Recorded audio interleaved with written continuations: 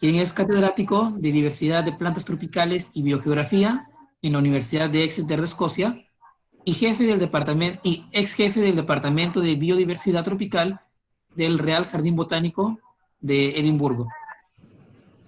Toby ha realizado diferentes investigaciones en los bosques tropicales estacionalmente secos, tanto en biodiversidad, endemismo y biogeografía, especialmente en Latinoamérica, donde ha trabajado durante más de 20 años en 10 países. Toby, a su vez, es un especialista en la familia de leguminosas y un gran estudioso de la flora peruana. Sin más, dejamos en el uso de la palabra a Toby Pennington.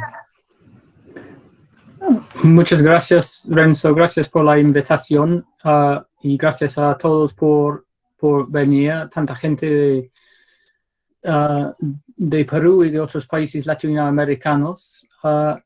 Voy a hablar hoy de los trópicos secos en general de todo el mundo, pero enfocando en el neotrópico, en Latinoamérica. Y voy a hablar no solo de la ciencia, la biogeografía, la diversidad de estos bosques secos, pero también de su conservación y al final un poco sobre la restauración de este bioma tan importante.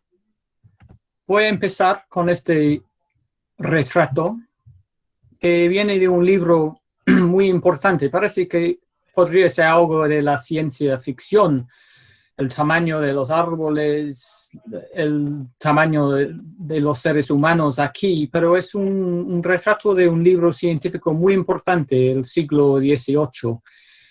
Viene de Flora Brasiliensis, del famoso von Martius, que era la primera flora de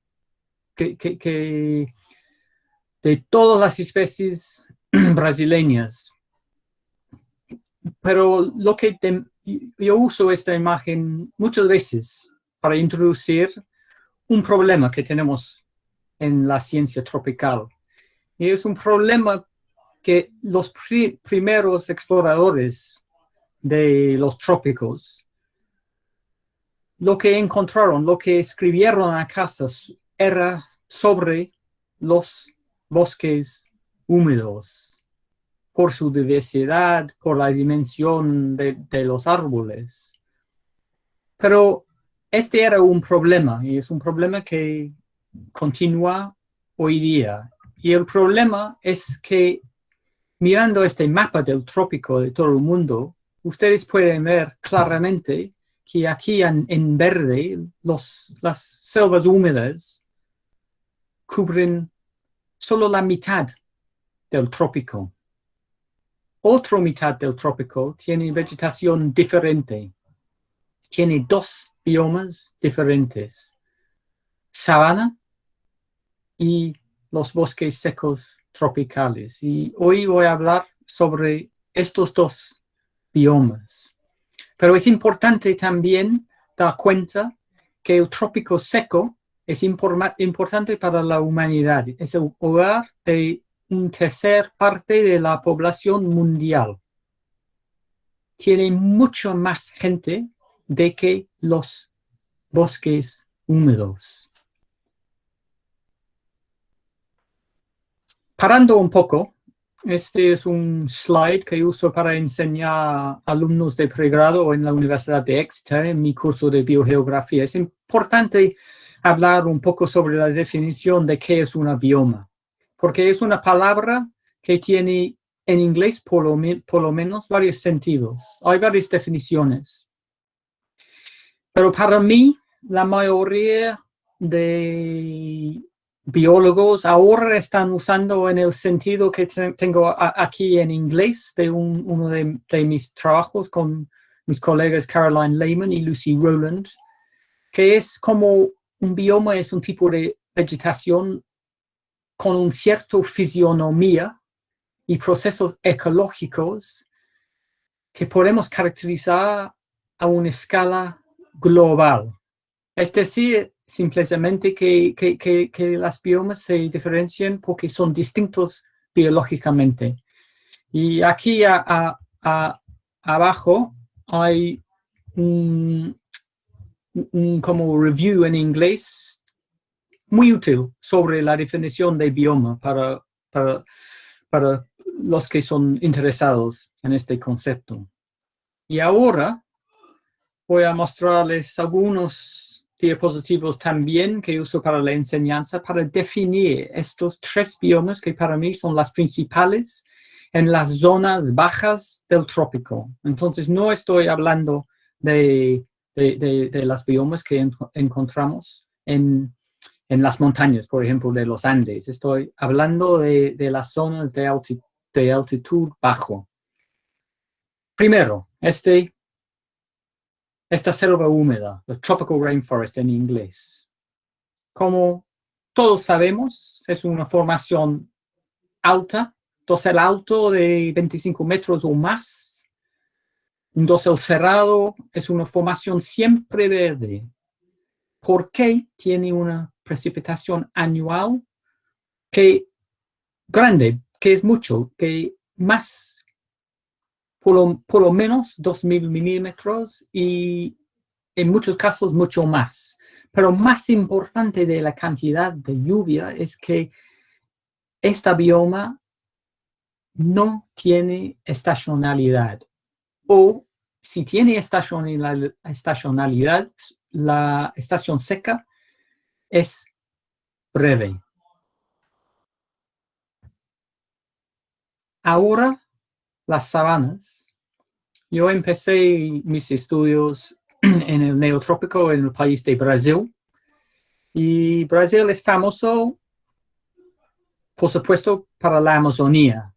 Pero tiene un área de sabana que en Brasil se llama cerrado en español, que es un área de 2 millones de kilómetros cuadrados, una área enorme del centro de Brasil, una área más grande de la mayoría de los países de Europa. Esta formación de sabana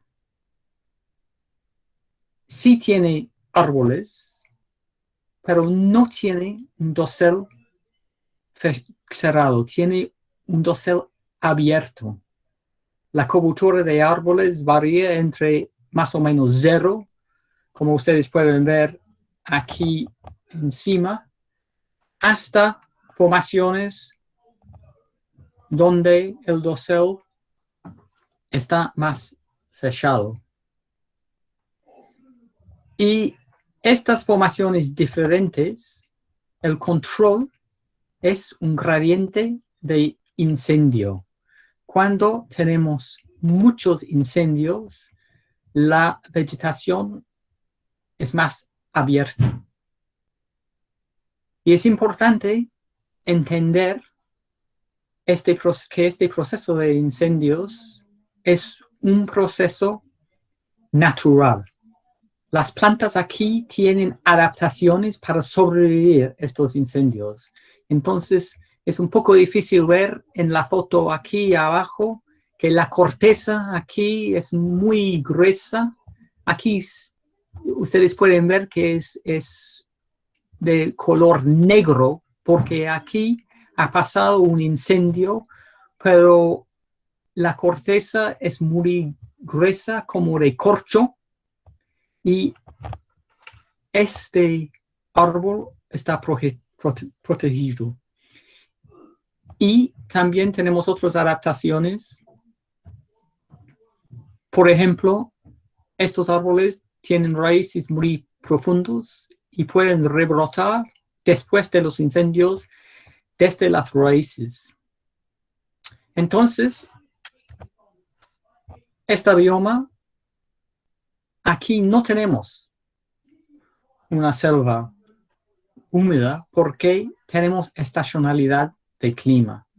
La precipitación en Latinoamérica es entre 800 y 2.500 milímetros. Es interesante ver que la cantidad de lluvia es variable en otros países. Pero lo importante es que tenemos una una estación seco muy fuerte de varios meses, donde no llueve o casi no llueve. En el neotrópico, en el Cerrado, los suelos son muy pobres, llenos de aluminio, son muy ácidos también. Y los árboles aquí, la mayoría en el Cerrado de Brasil, son siempre verdes, no pierden las hojas. Y para mí, no pierden las hojas porque los suelos son muy pobres, entonces no hay muchos nutrientes para rebrotar hojas. Y también estos árboles tienen raíces muy profundas.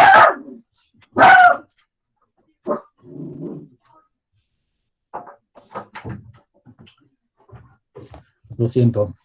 Estos árboles tienen raíces muy profundos que pueden alcanzar hasta 10 metros de profundidad para alcanzar al agua subterráneo. Bueno, la bioma 3, el bosque tropical estacionalmente seco, mi favorito. Estoy usando este acrónimo BTES. Sí, es un bosque, es una floresta, una selva, tiene dosel continuo. Pero en la estación seca, que también aquí es muy fuerte, las hojas son deciduas.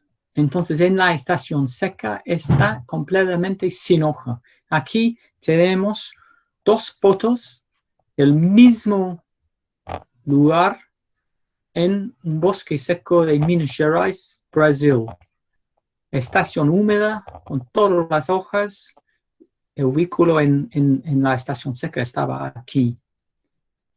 Entonces es muy diferente de la sabana. Pero es importante entender que es muy diferente, pero bajo el mismo clima. En la zona del Cerrado de Brasil, en áreas de suelos mejores, por ejemplo, en áreas calcáreos, se encuentra parches de bosque seco que están dentro de estas áreas enormes de sabana. Entonces, el control ecológico aquí son suelos más ricos. Y otra cosa muy característica son estas plantas suculentas. Por ejemplo, las cactáceas aquí en el neotrópico y otras familias suculentas como el euphorbiaceas en África. Y también estos árboles de la familia Malvasia, el ex Bombacacia. Aquí tenemos una ceiba. También tenemos especies de ceiba en Perú, en Ecuador. Y tenemos los famosos árboles de los baobabs de Madagascar, la misma familia, creciendo en la misma bioma en otro continente del mundo. Y estas plantas suculentas nos enseñan algo muy importante. Nos demuestran que aquí no tenemos incendios o tenemos incendios infrecuentes, incendios naturales, porque estas plantas suculentas no pueden sobrevivir los fuegos. Entonces, es muy diferente de las sabanas, donde los incendios son una fuerza ecológica muy importante.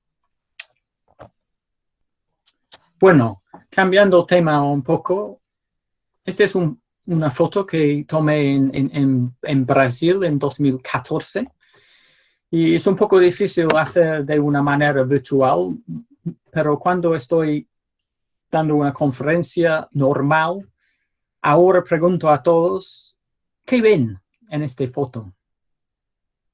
Y la mayoría contestan que veo una mariposa de noche, una polilla muy bonita.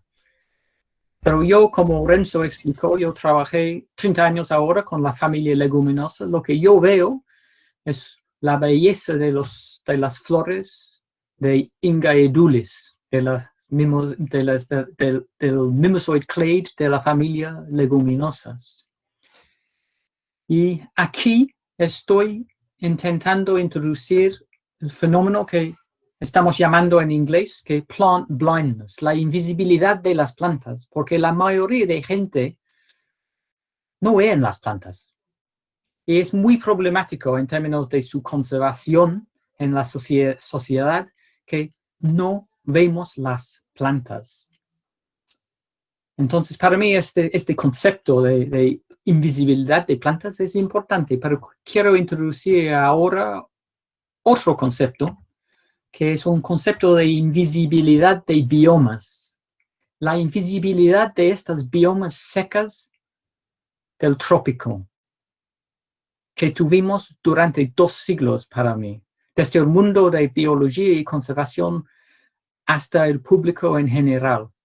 Y para mí, esta invisibilidad de biomas crea problemas. Un ejemplo aquí, el año pasado, como todos saben, o creo que todos saben, tuvimos problemas muy graves con incendios en toda la Amazonía, principalmente en Brasil, pero también en Perú, en Colombia y en Bolivia.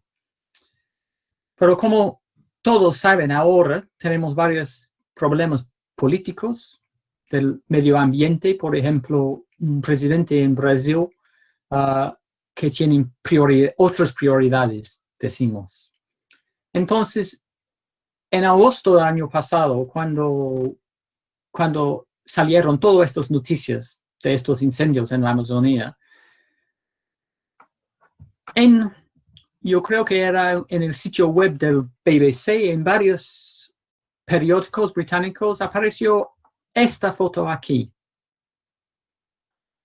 Y el texto que acompañó a la foto era que no hay un problema de incendios en Latinoamérica, porque mira, aquí en África hay mucho más. Aquí estamos, es una imagen de NASA, de satélite, que están demostrando en rojo los incendios. Pero lo que la gente no entiende es que estos incendios en África son naturales. Mira el mapa aquí abajo. Estos incendios están aquí, en la área de sabana. Y mira aquí, misma cosa aquí en el Cerrado de Brasil, una sabana donde los incendios son naturales. Los incendios aquí en la Amazonía sí son problemáticos porque la Amazonía no tiene adaptaciones para sobrevivir los incendios. Y este fenómeno que yo llamo, no sé cómo se traduce al castellano, bioblindness, voy a hablar un poco más sobre este tema. Vamos a examinar estos 2 biomas, las sabanas y los bosques secos tropicales, para ver si es verdad que, como la mayoría piensan, si la biodiversidad de la selva húmeda es el más especial. Yo quiero convencer a todos que estos biomas secos también tienen una biodiversidad especial. Y sí, en África, por lo menos, sí sabemos que tienen como una fauna extraordinaria. Pero aquí tenemos fotos que yo tomé en un día de trabajo de campo en los valles interandinos del Perú, que para mí demuestra la belleza y la importancia de la biodiversidad que podemos encontrar en estos bosques secos. Entonces, yo tengo aquí algunos números de Brasil. Lo bueno de Brasil es hay como un trabajo aquí muy especial que da números de especies por bioma. Puede ser muy difícil encontrar estos números de especies por bioma, porque la mayoría de floras, por ejemplo, siempre tratan de todos los hábitats en un área geográfica, pero aquí mi interés es número de especies en una bioma. Y en la Amazonía pueden ver que tenemos, es impresionante, ¿no? Como 11,000 especies de angiospermas, de plantas con flores en la Amazonía brasileña. Aquí, Cerrado brasileño, estado de Minas Gerais, Brasil, año 2016. ¿Cuántas especies tenemos en esta área de sabana. Es una sorpresa para mucha gente que tenemos más especies. Bueno, solamente 30 especies más que en la Amazonía, pero más especies. Y de estas especies, de esta flora tan rica, un 30% de estas especies son endémicas, no crecen en otros lugares. Y este es importante también y demuestra otra vez este problema que yo llamo biome blindness. Aquí un artículo que salió el año pasado en la famosa revista Science, dando la idea que una solución al problema del cambio climático es plantar, sembrar árboles. Y por supuesto, sembrar árboles es importante como una solución. Pero mira el mapa que salió en este trabajo. Las áreas aquí en color verde son las áreas donde están sugiriendo que tenemos como espacio, tenemos capacidad de plantar árboles. Están en el trópico sugiriendo que vamos a plantar árboles aquí, en las sabanas de Brasil, vamos a plantar árboles en las sabanas de África. Pero estas sabanas no son bosques, no son florestas. Tienen una forma abierta natural, con gramíneas y muchas otras plantas herbáceas. La mayoría de este número de plantas, estos más que 10,000 especies que están aquí en el Cerrado de Brasil, son plantas herbáceas. Si usted sembra árboles aquí y usted hace una conversión del sabana a una floresta, usted va a perder la mayoría de estas especies. Entonces, la implicación de este estudio, para mí, es un poco peligroso para la biodiversidad tan especial de estas sabanas. Y si quieren leer un poco más sobre estos problemas de afforestation en inglés, de sabanas, este artículo, después habían unos como 4 artículos como en contra, sugiriendo que las implicaciones son un poco problemáticas. Y yo estaba como coautor en este, pero vale la pena leer otros. Bueno, al tema principal, los bosques secos.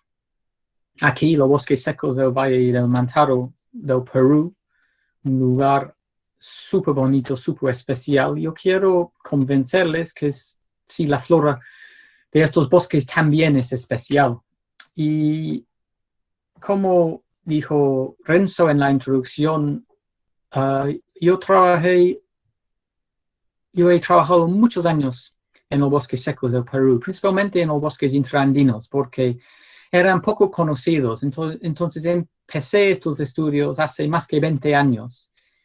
Y durante como un periodo principalmente entre 98 y 2008, yo trabajé con un grupo, incluyendo aquí Aniceto Daza, del barrio forestal de la Universidad Agraria La Molina, en Lima.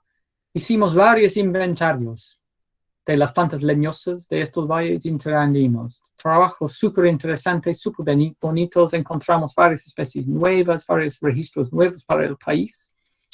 Y de estos estudios salieron varios números, varios datos de endemismo, por ejemplo, impresionantes. Por ejemplo, el Valle del Marañón del norte de Perú tiene un endemismo de plantas leñosas de un 40%. Es más de que el endemismo de las famosas islas del Galápagos.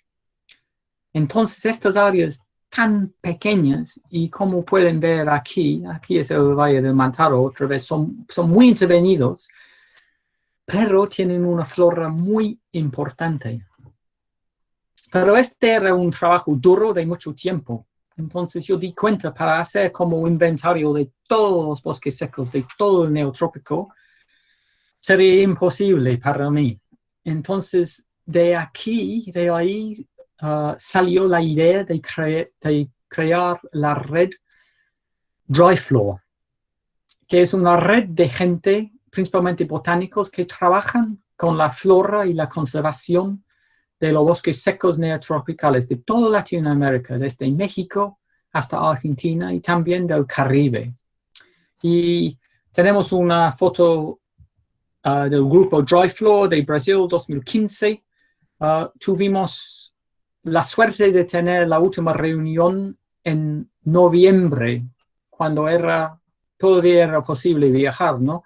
A los bosques secos maravillosos del norte del Perú, del Piura y Tumbes. Fuimos al Coto de Casa El Angolo, con Renzo y otros.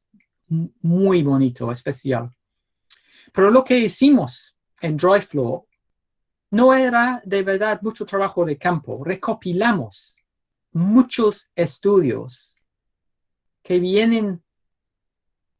llamamos en inglés la literatura gris, que no está disponible online, por ejemplo, de tesis de estudiantes, pero datos muy valiosos, muy importantes. Y recopilamos todos estos datos de inventarios, de áreas de bosque seco, de todo el neotrópico, en un base de datos que está disponible aquí, el enlace aquí abajo, está disponible desde el Jardín Botánico de Edimburgo, donde sigo trabajando un parte de mi tiempo.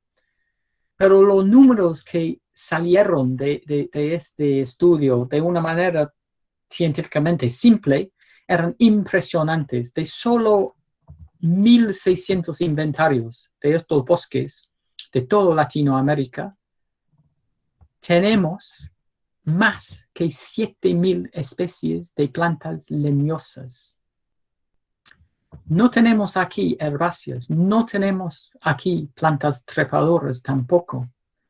Y este número es impresionante porque es más que el número de especies de árboles en la Amazonía. Por ejemplo, un cálculo de Domingos Cardoso, un botánico brasileño que publicó un estudio del número de flores en la Amazonía en el famoso revista Proceedings of National Academy of Sciences en 2017. Entonces, si hacemos más inventarios, yo creo que el número de especies en estos bosques secos puede ser igual o más que los bosques húmedos del neotrópico, que es impresionante y importante. Y tenemos un grande número de especies porque lo que demostró Karina Banda, que hizo una bióloga, una colombiana excelente, que hizo doctorado conmigo en Edimburgo y lideró el análisis de todos los datos de DryFloor. Karina demostró que lo que tenemos es, decimos en inglés, un turnover, un cambio de la flora muy fuerte entre áreas. Entonces, aquí en el nordeste de Brasil, no sé si ustedes pueden ver mi mouse aquí, casi no tenemos especies en común entre la Caatinga y la costa del Caribe de Venezuela, Colombia. Tenemos casi absolutamente nada en común en términos de especies entre México y Brasil. Y en los Andes tenemos pocas especies en común entre, por ejemplo, el pie de monte de Argentina, Bolivia y los valles interandinos de Perú. Entonces, sumando todas estas especies de todas estas áreas, llegamos a un total impresionante. Entonces, la conclusión, y este trabajo salió en Science, súper bien en la portada, muy importante para la red DryFloor. ¿Por qué tenemos ahora una razón de dar más atención a estos bosques secos olvidados por su alta diversidad florística? En términos de ciencia, es importante. Ustedes pueden leer y artículos sobre tropical forests en inglés, sobre los florestas tropicales, que no son sobre los bosques tropicales. Este estudio aquí abajo que salió el año pasado está muy bien sobre la conectividad de florestas tropicales en escenarios de cambios climáticos. Pero hay que adicionar una palabra al título, que es la palabra rain, lluvia. Porque este estudio es solamente sobre rainforest, sobre la selva húmeda. Y algunas de las preguntas más importantes de la ciencia de macroecología, por ejemplo, la gradiente latitudinal, la idea que tenemos el máximo de diversidad en los trópicos cerca del Ecuador, no es verdad para los bosques secos. Los datos de Dryflow confirman lo que ya escribió Gentry hace 25 años, que tenemos más diversidad en estos bosques en México que en las áreas más cerca al Ecuador. Entonces, tenemos que considerar biomas secos. Y ahora estoy trabajando en la Universidad de Exeter, donde tengo colegas que están muy fuertes en lo que llamamos Earth System Science, la ciencia que intenta entender los ciclos de energía de carbono en estos tiempos de cambios climáticos.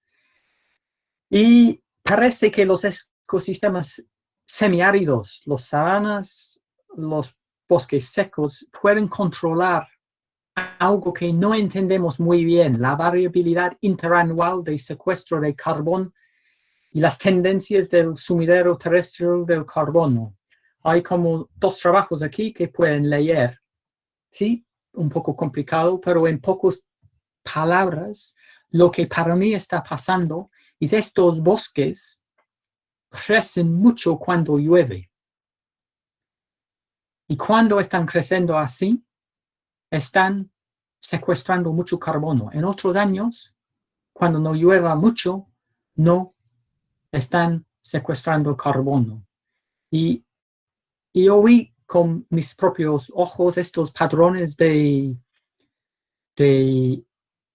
cómo están creciendo los bosques en Perú. Por ejemplo, en el norte, cuando caen las lluvias del fenómeno del Niño, tenemos un crecimiento muy fuerte. En otros años, casi no crecen absolutamente nada.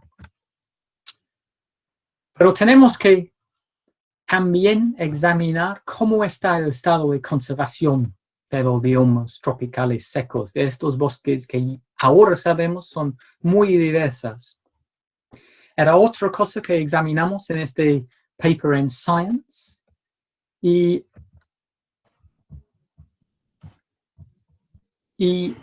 en general, podemos empezar con una pregunta: ¿cuánto queda de todos estos biomas, del rainforest, de selva húmeda, del sabana y de los bosques secos tropicales? Aquí una foto de la Amazonía que yo tomé cuando yo era estudiante de doctorado, yo creo que año 92. Ahora soy muy viejo, hace casi 30 años.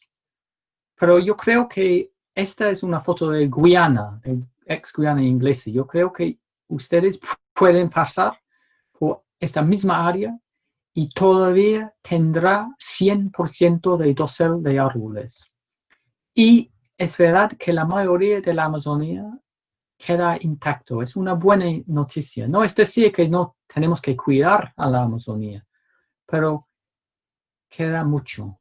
Las sabanas de Brasil, en los últimos 50 años, en mi vida, más que 50% de los 2 millones de kilómetros cuadrados se han desaparecido en los últimos 50 años, principalmente por agricultura. Y los bosques secos son los más amenazados. Queda mucho menos del 10% en muchos países. Yo creo que este es el caso en el Perú, y yo sé con seguridad que es el caso en Colombia, porque los colombianos, principalmente el grupo del Instituto Alexander von Humboldt, hicieron estudios muy buenos de sus bosques secos y quedan más o menos 5% en Colombia. Y en el estudio de dry flow, tuvimos otros números interesantes. Aquí también de Brasil, que pueden ver que casi 30% de la Amazonía brasileña tiene protección. Pero de las sabanas, solamente 8%, y la Caatinga, la área más grande de bosque seco de todo el neotrópico, solamente 8%. Y de este 8%, solamente 1% es parque nacional. Entonces, para mí tenemos un problema que estos bosques son olvidados, no solo por la ciencia y el público, pero por la conservación también. Entonces, lo más importante de todo este estudio de dry flow era la publicidad que alcanzamos. Y ahora, con todo este problema de la destrucción de las sabanas y los bosques secos, quiero terminar con una breve discusión de lo que podemos hacer en términos de restauración. Y voy a hablar principalmente trabajo de mi colega, una colega muy excelente, Lucy Rowland. Ella trabaja con ecofisiología, intentando entender cómo crecen estas plantas en estos biomas tan difíciles, donde tenemos sequía, por ejemplo. Para la restauración, países como Brasil y creo Perú han firmado varios acuerdos donde están comprometidos, por ejemplo, en Brasil, de restaurar 12 millones de hectáreas de bosque, de las cuales 5 millones están en las sabanas del Cerrado. Lo siento, olvidé hacer la traducción de esta diapositiva. Y mira aquí, tenemos abajo, Perú también se prometió hacer la restauración de más que 3 millones de hectáreas de bosque. ¿Y cómo hacemos esta restauración? Podemos hacer lo que estamos llamando aquí Highly Active Restoration, que es una técnica donde plantamos plántulas de árboles para restaurar. Pero el problema aquí puede funcionar muy bien, pero tiene un costo muy alto. Esto es una estimativa aquí de Brasil, un área de cerrado, puede ser como $7,000 americanos por hectárea. Entonces tenemos que encontrar soluciones de menor precio.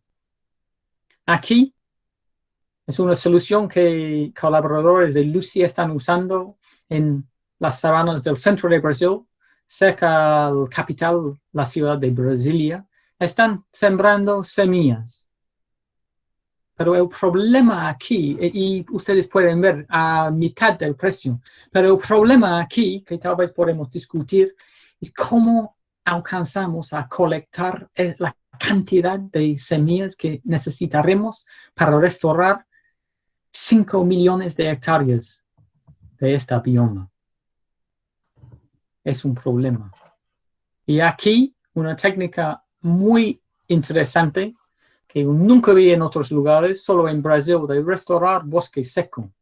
Y lo que hacen es aquí, a mi izquierda, tenemos una área donde van a construir, yo creo, una carretera. Estos no son mis fotos. Entonces tienen que sacar todo el suelo. Entonces sacan todo el suelo, pero no botan el suelo afuera. Lo colectan, lo colocan en camiones y lo van a una área degradada del cerrado, un área de pasto, donde hacen la deposición de este suelo del área de bosque seco. Entonces hacen aquí, era noviembre del 2013, ponen todo el suelo en la área que quieren restaurar y en 4 años, mira lo que tenemos. Rebrotando, yo creo principalmente, bueno, no sé si sabemos, pero de las raíces que traen de la área, que están dentro del suelo, aquí. Mira, tenemos un buen bosque seco creciendo. Y lo bueno del bosque seco es en muchos casos, por su suelo más o menos fértil, la restauración para mí es posible. En otros casos, en las sabanas, tenemos más barreras a la restauración de gramíneas invasoras en el neotrópico de África. Problemas de sobrevivencia de las especies que estamos sembrando o plantando. Y en ambos casos tenemos que considerar cambios climáticos porque estamos restaurando para el largo plazo y no entendemos cuáles especies van a crecer muy bien en 20, 30 años. Entonces la solución es más investigación y por eso estoy colaborando con Lucy para entender más sobre la ecología funcional de las plantas de estos biomas secos, desde la semilla hasta la reproducción, para mejorar el éxito de la restauración en el largo plazo.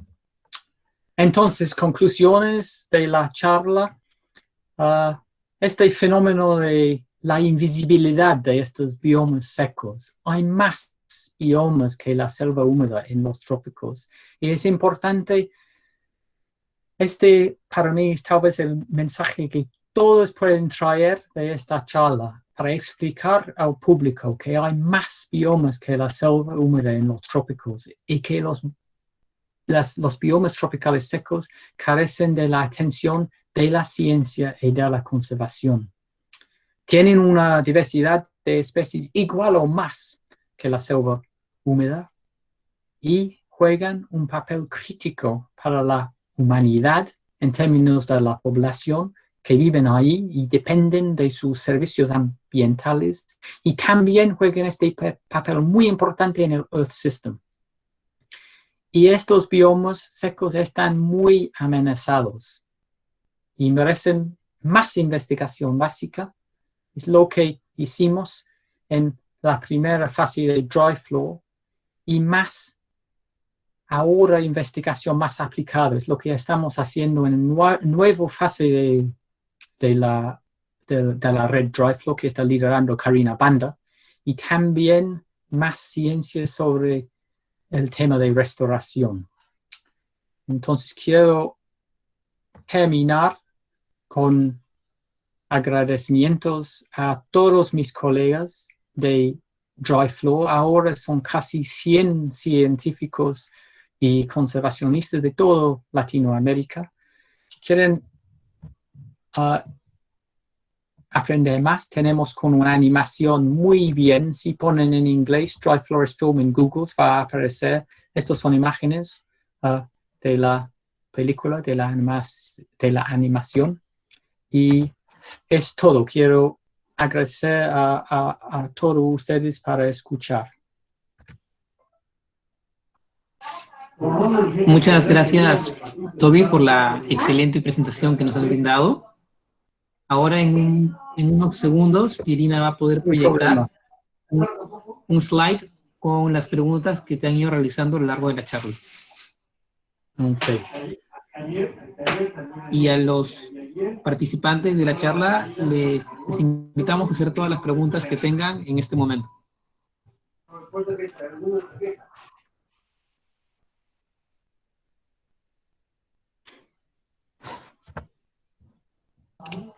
Toby, si puedes. Eso, exacto, gracias. Gracias por dejar de compartir. Bueno, Pirina me menciona que ha habido un problema con los slides, así que te voy a leer directamente las preguntas. No tengo claro porque yo nunca fui al banco. Yo nunca fui al banco. Ah, ya está presentando, ya está presentando.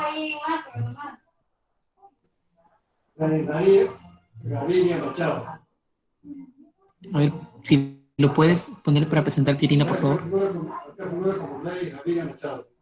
Listo. La primera pregunta por Hugo Carrillo menciona: ¿es apropiado establecer plantaciones forestales con especies exóticas en bosques secos? Bueno, para mí depende de la, bueno, de la razón que usted está haciendo la deforestación. Entonces, si usted quiere restaurar como una, un bosque seco natural, mejor usar especies nativas. Pero si usted está hablando, por ejemplo, de un sistema agroforestal, por ejemplo, que pueden usar gente que están viviendo de una manera de pequeña escala ahí, en sus sistemas tal vez puede usar especies exóticos si dan, por ejemplo, un fuente de ingreso para esta gente, algún fruto que se puede comer o se puede vender. Entonces, para mí depende del contexto. Bueno, yo sé que hoy estamos hablando de bosques secos, pero estoy trabajando en otro proyecto en agroforestería en el sur de Amazonía de Brasil, con una organización que se llama el Instituto Ouro Verde, Institute of Green Gold, que están haciendo trabajos muy buenos. Y lo interesante ahí sí están mezclando ahí algunas especies exóticas en sus sistemas de agroforestería porque dan un ingreso para la gente.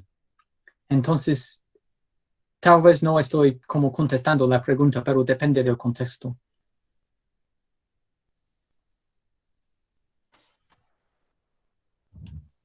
Muchas gracias, Toby. Ahora tenemos la siguiente pregunta realizada por Gino Rivera. Dice: con respecto a la diversidad de plantas leñosas en los bosques secos de las islas del Caribe, ¿qué tan conectadas están entre sí y con el continente? ¿Cómo han logrado transportarse por el vasto mar? Bueno, bueno, usted tiene que venir al Exeter para asistir en mi curso de biogeografía, porque trata mucho de este tipo de preguntas. Entonces, es interesante a nivel mundial, estoy hablando ahora de biogeografía de plantas en general, es una sorpresa que salió de filogenías moleculares datadas, y yo trabajo mucho con este tipo de filogenia, que parece improbable, pero muchos linajes han cruzado los océanos grandes como el Atlántico, por ejemplo, entre África y el Neotrópico. Parece que es improbable, pero con un tiempo de millones de años sí ha pasado. Y lo que pasa que parece están cruzando como balsas de vegetación con semillas, hasta con monos también que llegaron al Neotrópico de África. Entonces parece que sí es improbable, pues sí ha pasado en geografía. Pero hablando del Caribe, lo que es interesante es los bosques secos del Caribe tienen una composición florística un poco distinta. Tienen dominancia de familias un poco diferentes y lo que tienen es un alto porcentaje de especies que están dispersados por pájaros. Entonces parece que si en este caso muchas especies están alcanzando a las islas del Caribe por medio de los animales que se están dispersando las semillas. No sé si este contestó la pregunta.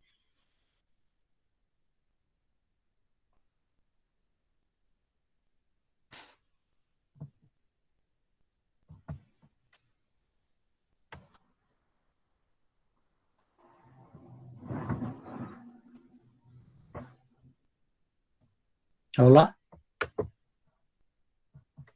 Estaba Sí, apagado mi gracias. micrófono. Respecto a las estrategias de restauración, en los bosques tropicales estacionalmente secos, ¿cuál es la estrategia de regeneración natural más predominante? ¿Seed bank, seedling bank o alguna otra?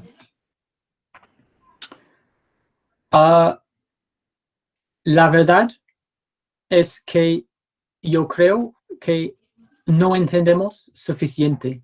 Es por eso que yo terminé la charla con esta sección sobre la restauración y es por eso que estoy empezando a trabajar empezando a trabajar con este tema. Que la verdad es que yo creo que no sabemos casi nada sobre la conservación de las semillas de los bosques secos. No sabemos casi nada de cuáles especies que se puede conservar durante años, por ejemplo, abajo del suelo. Entonces, yo no sé, bueno, no era como un estudio científico, esta técnica de restauración en el Perú, en Brasil, demuestra que hay mucha regeneración de las raíces. Y yo creo que este podría ser más común de lo que yo por lo menos pensaba. Pero se necesita más estudio. Muchas gracias, Toby. La siguiente pregunta dice, ¿qué metodología recomendaría para poder identificar en dónde se encuentran los bosques tropicales estacionalmente secos?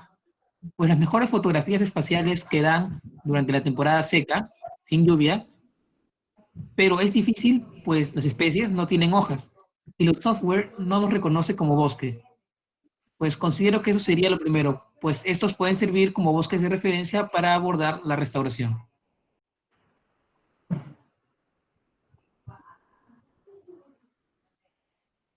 Bueno, esta es una pregunta que yo creo que no puedo contestar muy bien, porque no trabajo con el sensoreo remoto. Pero no sé si hay posibilidad, Renzo, que la persona que hizo esta pregunta me puede enviar un email, porque tengo colegas en Exeter que están trabajando en este campo que pueden avisar. Pero yo creo que lo que se puede hacer o lo que hay que hacer, porque yo trabajé un poco con este tipo de imágenes, es importante tener como imágenes de las dos estaciones. Se identifica los bosques secos por la diferencia entre la época seca y la época de lluvia, y de ahí se puede diferenciar entre por ejemplo, una sabana con muchos árboles, que está siempre verde, y un bosque seco. Pero la verdad es que diferenciando, por ejemplo, las sabanas y los bosques secos, donde están, decimos en inglés, interdigitated, no sé cómo se dice en castellano, interdigitado, por ejemplo, en Brasil, es muy difícil.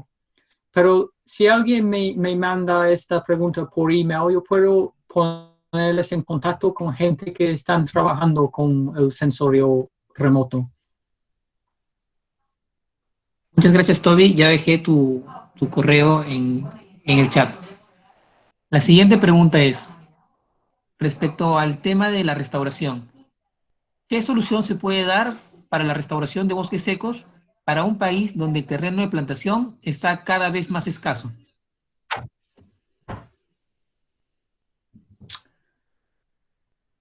Entonces, aquí la pregunta es, ¿cómo se puede convencer a la gente para hacer la restauración o cómo se hace? Aquí la pregunta sería, ¿cómo se puede realizar la restauración en lugares en los que ya no hay espacio para hacer plantaciones?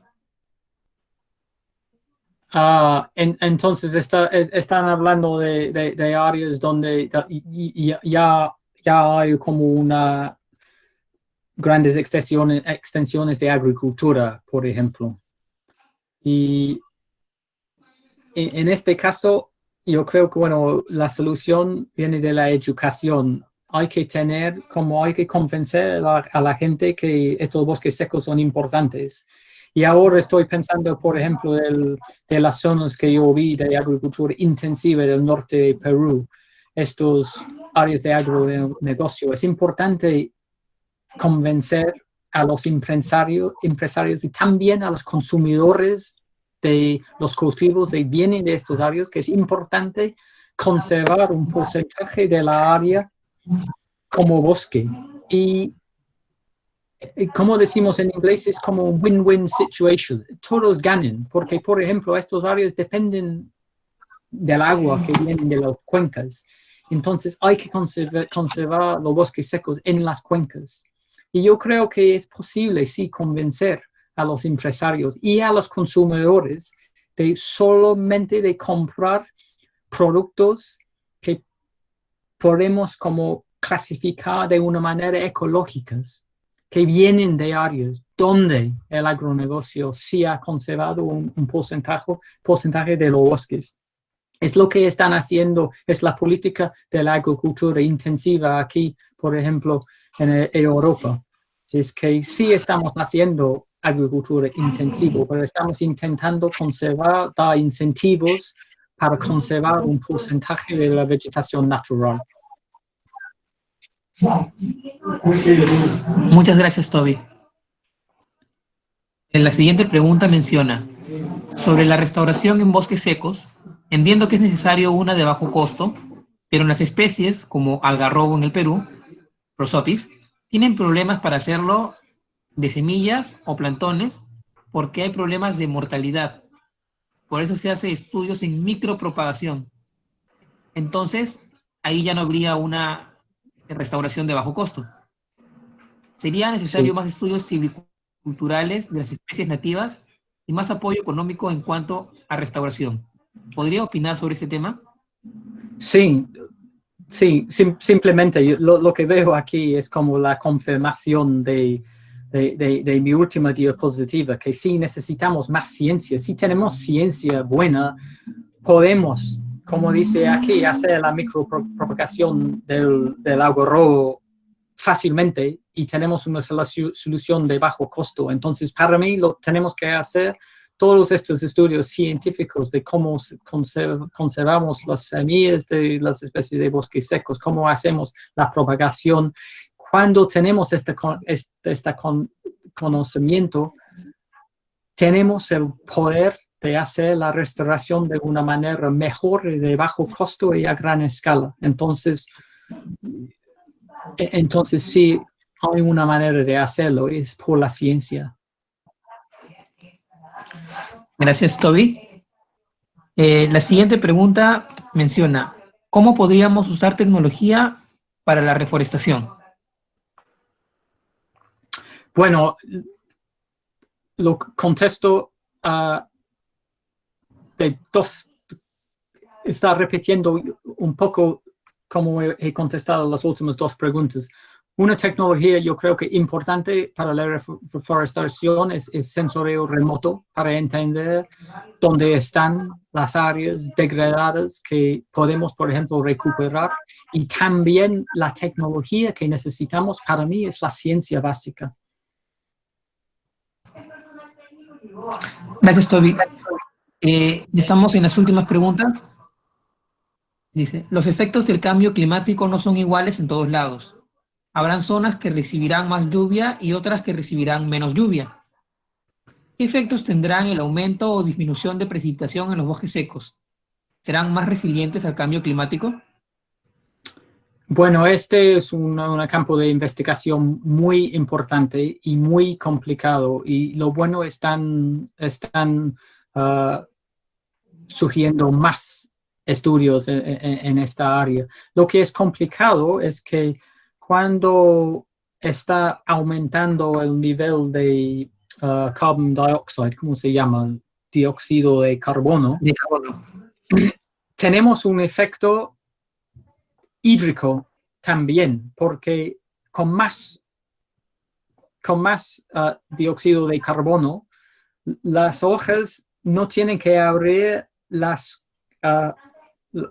estomatas, se llaman, de estomata, no tienen que abrir mucho. Entonces, no van a perder tanta agua.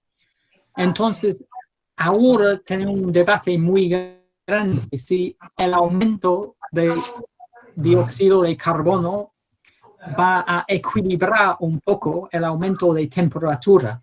Entonces, la verdad, para contestar esta pregunta, sí es verdad, algunas áreas van a aumentar de precipitación, algunas van a disminuir. Todas las áreas, el nivel de dióxido de carbono va a aumentar, pero no sabemos cómo van a reaccionar las plantas. Y lo que es más importante de entender son estos fenómenos hidráulicos de la planta, es que lo que está investigando mi colega Lucy Rowland. Entonces, Gracias. ¿Sí? Gracias, Toby. Tenemos las 3 últimas preguntas. Tenemos una sabana hidrofítica que estacionalmente es quemada por los lugareños. En algunos ensayos se detuvo la quema y esto produce el ingreso de melastomatáceas y formación de parches de bosque. ¿Usted cree que al final es muy probable que se convierta en un bosque? Sí, sabemos de dónde están hablando esta pregunta, de cuál área geográfica. Voy a consultarlo. Entonces, mientras la persona que realizó esa pregunta, Ítalo Revilla, Perú, dicen de Perú, en Pampas Okay. de Jed. ¿Pampas de dónde? De Jed, en Madre de ¿Y Dios. dónde está? Madre de Sí, Dios, yo ¿cierto? sé dónde, sí. Bueno, si yo puedo contestar, yo trabajé en estos años cuando estaba haciendo con mis colegas de La Molina estos inventarios de bosques secos. También hice varios inventarios de parches de sabana en los áreas andinos del Perú. Por ejemplo, en Junín, cerca a Satipo. Y mi conclusión eran estos áreas, sí eran de sabana y muy interesante. Por ejemplo, encontramos especies que yo reconocí de los cerrados de Brasil, por ejemplo, una Anacariaceae Schinopsis brasilensis, una Rubiaceae palicorea rígida, que eran nuevos registros para el país del Perú, pero son muy comunes en Brasil. Entonces es muy interesante que estos son verdaderos plantas de sabana, pero preguntando a la gente ahí, estos áreas son sabana porque se queman cada año. Entonces yo creo que no son sabanas naturales, pero en estas áreas, no sé, tal vez en áreas como muy rochosas, hay algunas especies que llegaron de Brasil, tal vez de dispersión de larga distancia, y cuando entra el incendio, el fuego, estas especies ya tienen las adaptaciones y se forman una sabana que parece una sabana natural, pero muchas de las gramíneas no son nativos. Entonces es interesante en términos de entender cómo se forma una bioma. Entonces yo creo que para contestar directamente, yo creo que estas áreas es muy probable que se convierta en bosque si no queman. Muchas gracias, Toby. Tenemos las 2 últimas preguntas. ¿Ha hecho trabajos en Colombia o conoce trabajos de restauración en bosques secos tropicales en Colombia? Bueno, la verdad es que hice un poco de trabajo de campo en Colombia, pero colectando leguminosas hace más que 25 años. Y sí conozco trabajos de restauración en bosque seco tropical. Estoy colaborando con una ONG que se llama Ecosistemas Secos de Colombia, que están trabajando en proyectos comunitarios de restauración muy interesantes, muy exitosos en la costa del Caribe de Colombia. Entonces, con Google, intenta visitar la página de Ecosistemas Secos de Colombia. Gracias. Y ahora la última pregunta. Con el contexto del cambio climático, ¿cuáles son los estimativos para los bosques secos? ¿En cuánto se reduciría su área? ¿Existen pocos o muchos grupos de plantas que sí lograrán adaptarse? ¿O grupos de plantas de bosques secos mirarían hacia bosques húmedos? Bueno, son súper buenas preguntas para terminar, porque la verdad, y que se puede trasladar todas estas preguntas en una propuesta de investigación, porque estas son las preguntas que hasta ahora no sabemos cómo contestar y necesitamos la ciencia. Entonces ya expliqué que no entendemos muy bien cómo las plantas de las sabanas y bosques secos van a reaccionar a los cambios climáticos, porque hay efectos de dióxido de carbono que están interaccionando también. Entonces no sabemos que van a reducir la área, es posible que van a aumentar. Y no sabemos, porque hay variabilidad, hay mucha diversidad en estos bosques y sabanas, y no todas las plantas van a ser iguales. Necesitamos mucho más estudios de su ecofisiología para entender cuáles grupos de plantas van a sobrevivir donde están o van a necesitar migrar. Y no sabemos hasta dónde van a migrar.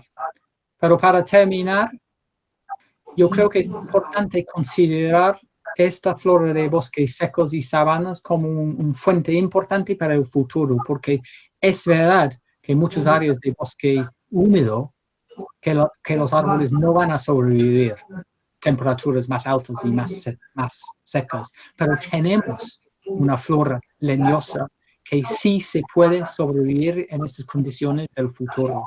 Entonces es otra razón para conservar estos biomas importantes. Muchísimas gracias, Toby, por esta magistral charla. Estamos seguros que todos nosotros le hemos disfrutado y hemos aprendido mucho.